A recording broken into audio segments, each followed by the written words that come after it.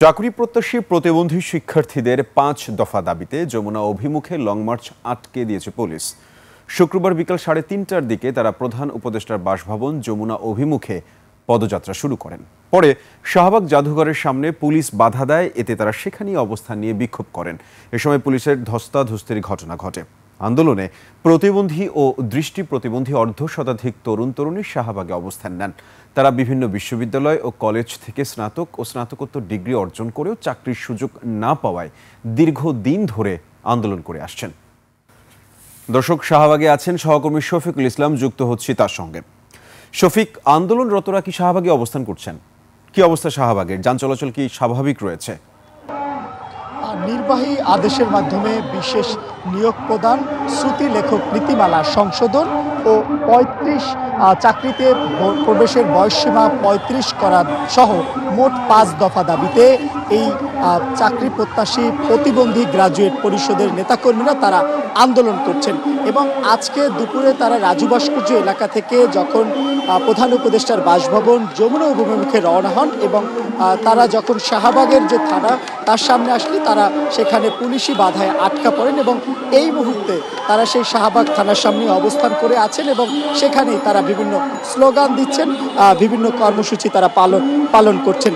এবং এই মুহূর্তে এই যে শাহবাগ থানার সামনের যে পরিস্থিতি সেটি দেখতে পাচ্ছেন, এখানে যারা রয়েছেন প্রতিবন্ধী তারা বেশিরভাগই গ্রাজুয়েট কমপ্লিট করেছেন এমন প্রতিবন্ধীরাই মূলত রয়েছেন এবং তারা চাকরির জন্য বিভিন্ন দাবি তুলে ধরছেন এবং তারা বলছেন যে তাদের সঙ্গে বৈষম্য করা হচ্ছে চাকরিতে প্রবেশের ক্ষেত্রে। সেটির তারা এক ধরনের নিরাসন কিন্তু তারা চাচ্ছেন এবং বলছেন সেটি করার জন্য। তাদের কিন্তু যে দাবিগুলো সেটি যদি একটু আপনাদেরকে জানাই, নির্বাহী আদেশের মাধ্যমে বিশেষ নিয়োগ প্রদান, প্রতিবন্ধিতার ধরন অনুসারে বেকার প্রতিবন্ধী ব্যক্তিদের প্রধান উপদেষ্টার নির্বাহী আদেশের মাধ্যমে কর্মসংস্থানের ব্যবস্থা করা, প্রতি ২ বছর অন্তর অন্তর প্রতিবন্ধিতার ধরন অনুযায়ী কাজ শনাক্ত করে বিশেষ বিজ্ঞপ্তি প্রদান করা। এছাড়াও প্রতিবন্ধীদের জন্য প্রথম ও দ্বিতীয় শ্রেণীতে স্বতন্ত্র 2% কোঠা, তৃতীয় শ্রেণীতে 5% স্বতন্ত্র প্রতিবন্ধী কোঠা, পিলি লিখিত ও ভাই সংরক্ষণের তারা দাবি জানিয়েছেন।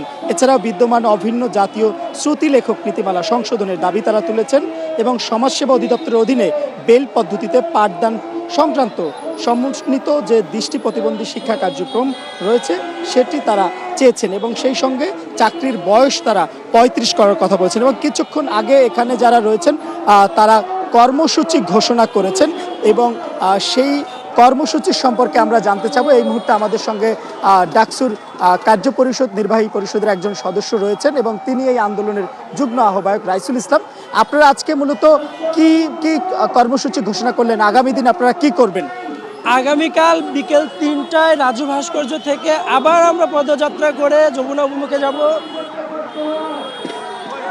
আগামীকাল বিকেল ৩টায় রাজু ভাস্কর্য থেকে আবারও পদযাত্রা নিয়ে আমরা যমুনা অভিমুখে রওনা করব। আমাদের যদি প্রতিমধ্যে বাধা দেয়, এইখানে আমরা প্রতিবন্ধী ব্যক্তির অধিকার ও সুরক্ষা আইন 2013 যেটা আমাদের সুরক্ষার জন্য আইনটা করা হয়েছে, সেই আইনটাকে আমরা পুড়িয়ে ফেলবো।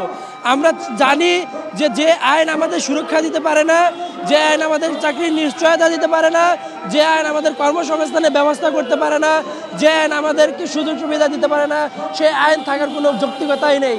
তো আমরা সেই আইন। ধন্যবাদ আপনাকে।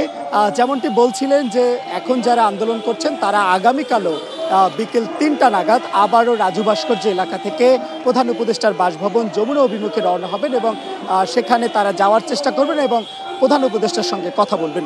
এই ছিল আমার কাছে শাহবাগ এলাকা থেকে সর্বশেষ।